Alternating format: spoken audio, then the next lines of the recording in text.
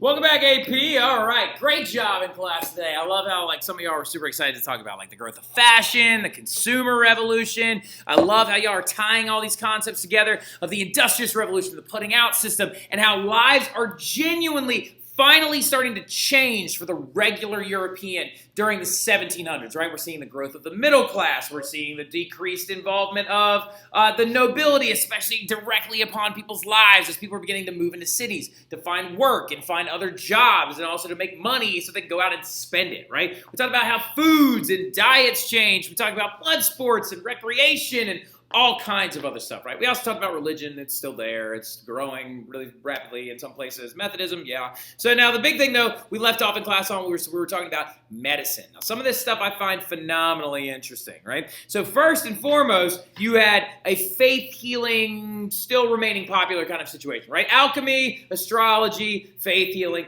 It still was relevant. It still was popular, right? You're not going to see religion grow during this time period and think that faith healing isn't going to come along with it. However, physicians and doctors, ever since they killed Charles II and also during the 1600s, going into the 1700s, their expertise and their ideas are beginning to slowly grow due to the work of people like Andreas Vesalius, William Harvey, getting rid of those old Galen, yellow bile, black bile, phlegm, blood concepts, kind of trying to get rid of those. Now, really quickly, did they still practice some of those goofy things? Yes, they still practice purging and bloodletting. Physicians at the time still practice purging and bloodletting. Purging being forcing someone to take diuretics in the form of castor oil or things like that to get you to vomit or go to the bathroom because they thought they had to get whatever was out of you, which isn't that far off necessarily when it comes to trying to rid your body of certain foreign bodies, but it is bad when you're talking about viruses because it does nothing for you, right? Bloodletting still remained popular, right, with these little keys and puncture and lets blood out. Again, that's not really prominent. However, there are some people in the modern era that still believe in this kind of bloodletting thing. I know people that are oh, I give blood so I can make some new blood. Shut up. That's a 1400s ideology. But a big thing that's coming along is experimentation, right? The concepts of the scientific revolution are finally starting to make their way into the medical dialogue, starting to finally make their way into the medical mindset of people in Europe during this time period, where people are starting to think well, what if we tried this? And they're beginning to experiment with different humans and animals, and they're having public dissections, and public, schools are being based around medical technology, and a lot of different other things going into the 1700s. With that experimentation, you saw other goofy little things happen, for example, in the Royal Society, right, where Isaac Newton was president, and other, members like Robert Hooke were present there. They did, blood transfusions between, man and animals and all these other crazy things, right? And they're starting to realize how the human body works, which is getting more medical science more advanced as time goes on. Surgery and the concepts of surgery are beginning to grow due to mainly the battlefield and Andreas Vesalius. Andreas Vesalius in his textbook, De Humani Corporis Fabrica, right? Of course being the or Septum De Humani Corporis Fabrica, which is of course that one that was bound in human skin and it was all about the human anatomy, started showing where muscle tissue and certain bones were connected. So surgeons on battlefields start realizing how to remove certain body parts and arms to avoid gangrenous infection and to also avoid the death of the soldier later on. So you're seeing amputations grow and surgery is beginning to grow. So medicine is beginning to advance, which is really important. And then another really cool science does pop up, and it's the science of midwifery. Midwifery, of course, is the woman you would call in. A midwife is a woman you would call in to help a woman give birth, right? She's a woman that is considered to be an expert in birth. Well, this woman named Madame du Coudray is going to write a book in 1750 called The Manual on the Art of Childbirth. And the Manual on the Art of Childbirth is going to be really important because it's going to show midwives how to use specific tools to make sure that they can actually help women give birth safely. How to actually, her entire manual included models that demonstrated how a child was given birth to. They had little cotton and hay stuff models and things like that so they could teach midwives how to actually bring a child out safely. And they also even created these things called birthing chairs under in the midwifery game. And Madame Coudray actually signed off on these and propagated them as well. The idea of putting a woman in a position so she can actually give birth to a child without it being dangerous. Because actually before Madame Coudray, a lot of women either gave birth standing up or laying completely flat, which actually wasn't completely safe either either one. Because I don't know if y'all know this, but even prominently in hospitals today, usually the woman is propped up a little bit to help her actually be able to give give birth safely, right? So a lot of this had its base with Madame Cadroy and the Manual on the Art of Childbirth, right? So you're also going to see, again, another disease start to come to its end. You see the very first vaccine created in the late 1700s in Europe. And it was by this guy named Edward Jenner. Edward Jenner made the cure for smallpox, right? So Edward Jenner discovered that apparently his milkmaids, right? His milkmaids would never get smallpox. And the reason why they never got smallpox is because they were constantly milking cows. Because they were constantly milking cows,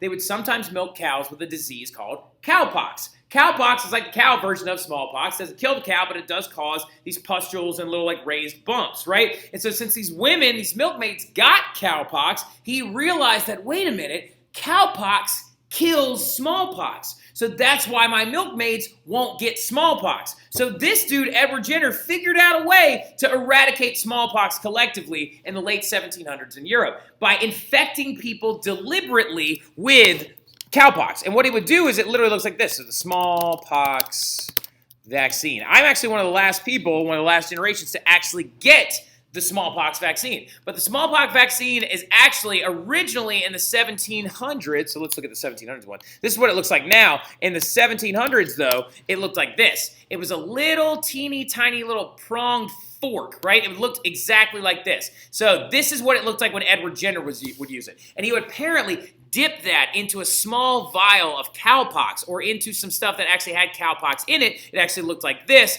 and he would actually then take it and put it on your arm and prick you with it and actually give you cowpox, and that cowpox would actually keep you safe. Now, another interesting thing about this, though, is with that first vaccine coming along, you also saw the very first anti-vaccine movement, right? There were anti-vaxxers against cowpox who would actually distribute these things all over the place saying like, oh, he's going to give us a cow disease and it's going to turn us all into cows and stuff like that. So as you saw medical science advance, you did have some people that were detractors, right? People that were like, oh, that vaccine's not going to help. And that's actually funny that this has always been a thing, right? This like idea of like, you know, like vaccines being something that do worry people, legitimately speaking, when it comes to something being injected in your body. It's legitimate to be worried about things, but it's also always been around. Like the idea of like an anti-vaccine movement has always been around. So 60 million people in the 1700s or the 18th century were believed to have died from smallpox, and that about 80% of all Europeans had had it at some point in their life, but not until Edward Jenner comes along and he basically effectively eradicates it, right? So the big thing going forward, though, also is we are now moving into one of the best stories around. We're getting into the French Revolution, right? So what I need you to do now in your notes is make me a nice line, a real nice line, so we can talk about this amazing and awesome thing known as the French Revolution. Inequality, relative feudalism, revolution in France. All the three states should know favoritism, revolution in France. La liberté, égalité, fraternité, a revolution. Yeah, that's right there. That's what we're talking about. We are also going to be moving into the background of the revolution first, right? So when we talk about the French Revolution, you have to know where all of this starts, right? You have to know where all of it starts. You have to know where all of it's going. And so to give you the background to it, first and foremost, what you need to know is that there are a lot of symbols of the French Revolution. There are so many different things that embody the French Revolution. So many different items, hats, clothing, images that you might have seen in your regular everyday life. For example, before we move into it, that right there, that is the symbol of the French Revolution. The actual, like, freedom cap, right? The red cap of liberty is what it's known as. All French revolutionary citizens would wear one. And it actually is on the seal of the Senate of the United States. If you actually look at our seal on the United States Senate, you will see a red cap of revolution, and they're called liberty caps, like specifically sitting on the seal of the United States Revolutionary, or the United States Senate seal. So this symbol of liberty and freedom is propagated very, very heavily, right? But you need to know why these things rose up. Where is all this coming from, right? So the 5 big causes of this. Oh, first of all, also funny little fact, to where this liberty cap comes from, right? And you can also see these members of the French Revolution wearing them as well, right? So the French Revolution cap that actually goes on to symbolize French revolutionary citizens, and the reason why it's on our Senate seal, and like the reason why you've probably seen it before, is apparently Romans were given caps like that when they were former slaves that were freed, and they actually wore these phylum caps, is what they're called, around everywhere, or philo cap, and it is a big thing that actually demonstrated that they were free and that they were no longer slaves. So that's why it became such a popular example to the revolution. But to give you the background of the revolution before we make our hats and have a revolt in our like school and we're just like, take Chappelle back. The 5 big causes of the French Revolution have got to be whittled down into these things. 1, you've got the faltering Ancien Regime, right? So like what the Ancien Regime is this social class system that was existing during France leading up to the revolution, right? So you started seeing like a lot of push and pull for the changing lives of people during the 1700s and these social classes that they established under Louis XIV and under Henry IV as well. You've also got the eroded power of the monarchs being another prevalent cause as well. You've got the American Revolution being a massive cause of the French Revolution. You've got the Enlightenment, and then last but not least, you got financial crisis, which is in the long-term run of things is 9 times out of 10 what causes the revolution in the first place. So to give you an understanding or a scope of these 5 causes, so the Ancien Regime, like I said, is a social class system. The eroded power of the monarchs, what I mean by that when we get into these 5 different causes, is that the monarchs that came after Louis XIV, none of them were quite as powerful as he was, right? So Louis XV didn't do a good enough job, sent the country into debt. Louis XVI is not a very strong leader at all, so the monarchs are beginning to lose power and people are losing faith in them, right? The American Revolution was a direct revolution against the monarch of England, George III. So when the French witnessed this happen, they also believed that they could possibly have a revolution as well. The Enlightenment, of course, bringing in ideas of better government and change, and Jean-Jacques Rousseau and Voltaire and Diderot and Montesquieu and all these guys from the French Enlightenment, they're pushing forward these new concepts of liberty and equality and freedom and actually taking power back for yourself. And then last but not least, the financial crisis, right? France was in crippling debt, which is going to send them into their revolution, right? So that's a little bit of background on those big 5 causes. But before we go any further, right, so you can know exactly what I'm talking about, we got to talk a little bit about the Ancien Regime, right? So the Ancien Regime is a social class order system that was broken up into these things. They're called estates, not classes, but estates, right? So just to give you a heads up, there were 25 million people living in France at the onset of their revolution. The revolution does not begin until 1789. In 1789, people start donning these caps of freedom, right? They start wearing tricolor cockades and things like that, okay, to demonstrate their support of the revolution. That is when this thing gets really kicked off, right? However, okay, just so you know, it's very important for you to know, that going into it, though, they were also the most populated country in all of Europe. And so from the 1700s to the we'll use the marker of 1785, right, or 1789, going through that time period, they were the most populated country in the entirety of Europe.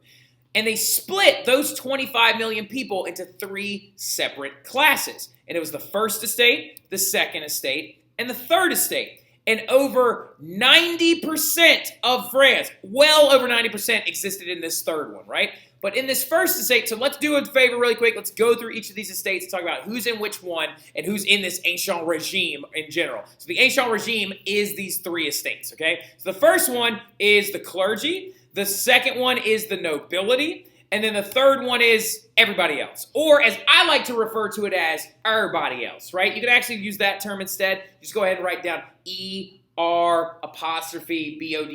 else, everybody else. Everybody else in the third estate, right? But the first estate's clergy, second estate's nobility, the third estate is everybody else. So let's dive into that clergy perspective just a little bit, right? Who is the clergy? Why are they in this estate? Who are these people, right? So the biggest thing about the first estate is, 1, they are the smallest class. Who they are is there are only about 100,000 people that own 10% of the land, right? Clergy members, what they are in general, those are your cardinals, your bishops, your priests, right? They are people that work for the Catholic Church that reside inside of France, okay? So your clergy members are all people like your Cardinal Richelieus, your Cardinal Mazarins. All those guys would have been in what's known as the First Estate of France. And since they were the smallest class, you would think that they wouldn't own as much of the wealth as France as they did. There were only 100,000 of them. 25 million, 100,000. I think that's less than 1%. Let me double check that really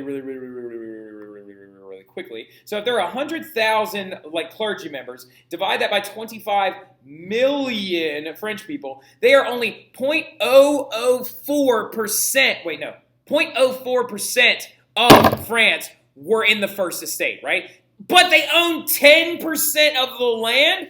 What? Whoa. And they pay no taxes? This is dumb. So, like, what are you talking about here? That is so dumb. Why do you have one estate that has all of this money but then pays nothing in taxes and has all of this land? To give you an understanding of how much land they owned in France, because it's where monasteries sat, where churches sat, where parish seats sat, and things like that. The big reason why this is so baffling when it comes to this land ownership is because 10% of the land being owned by the church is like in the United States of America, it would be the same as if the church owned Louisiana, Mississippi, and Texas, right? So, like, could you imagine the Catholic Church owning that much of the continental United States?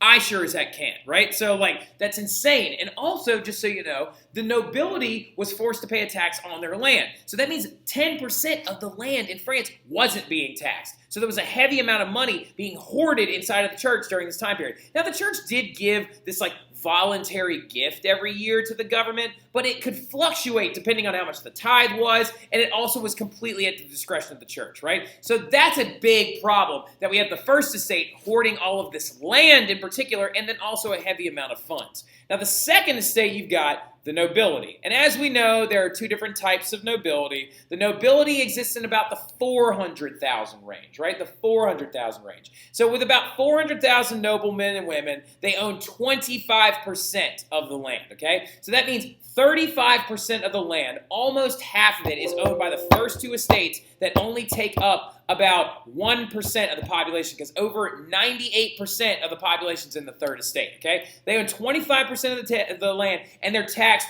super lightly. They only pay taxes on like two goods. Land and salt are the two particular things that they pay taxes on, amongst a couple of other things, right? They could have to pay taxes on gifts and things like that, but whatever. They are retaining their lordship. They charge fees from old medieval rights. They're allowed to carry weapons. They can buy their way into this noble class as well, because remember, you have two types of nobles. You have your robe nobles and your sword nobles. And so 400,000 people embody that class, okay? And so they're also hoarding a tremendous amount of money and land.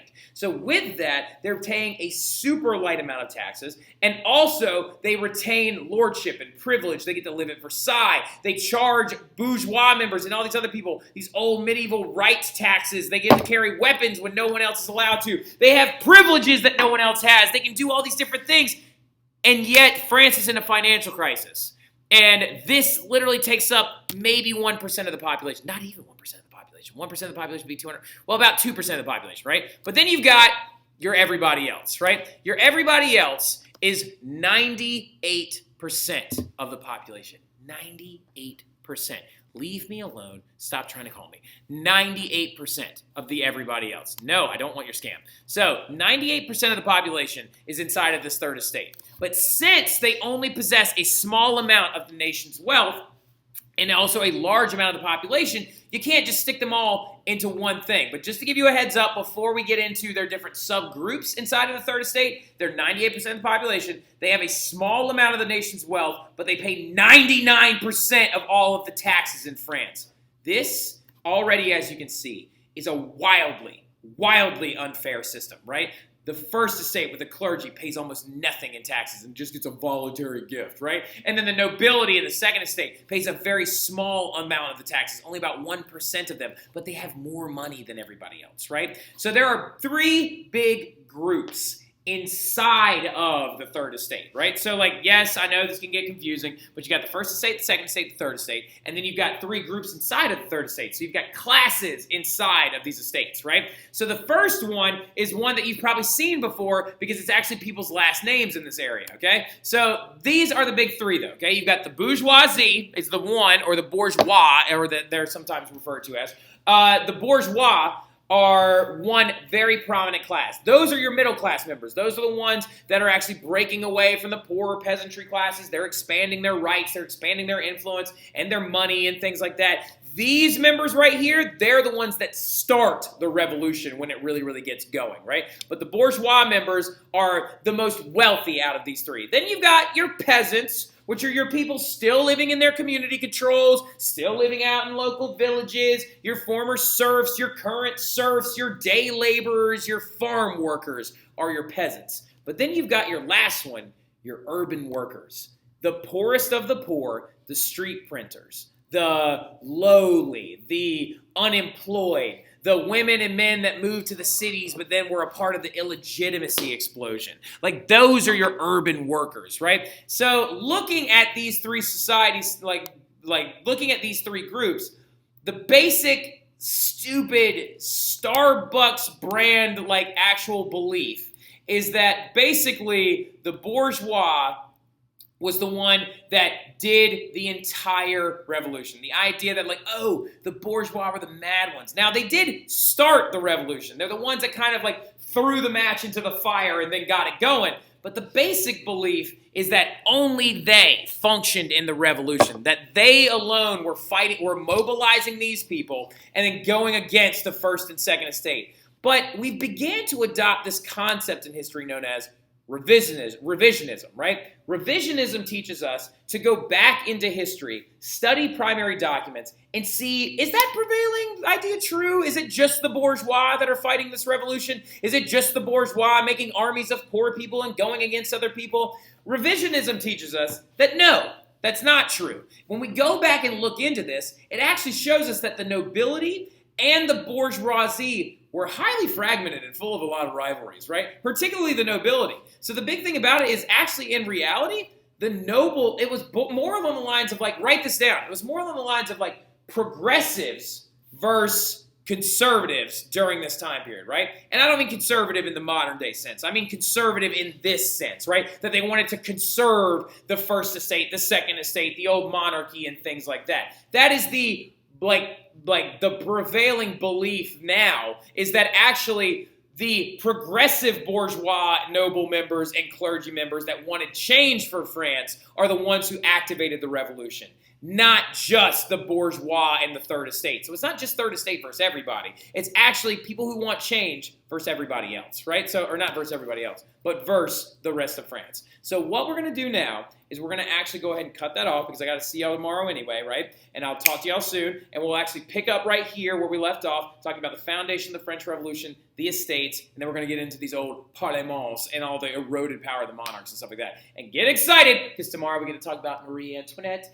and Louis XVI and the kings and the queens of the French Revolution and get into it. But I'll see y'all then. Y'all have a good one.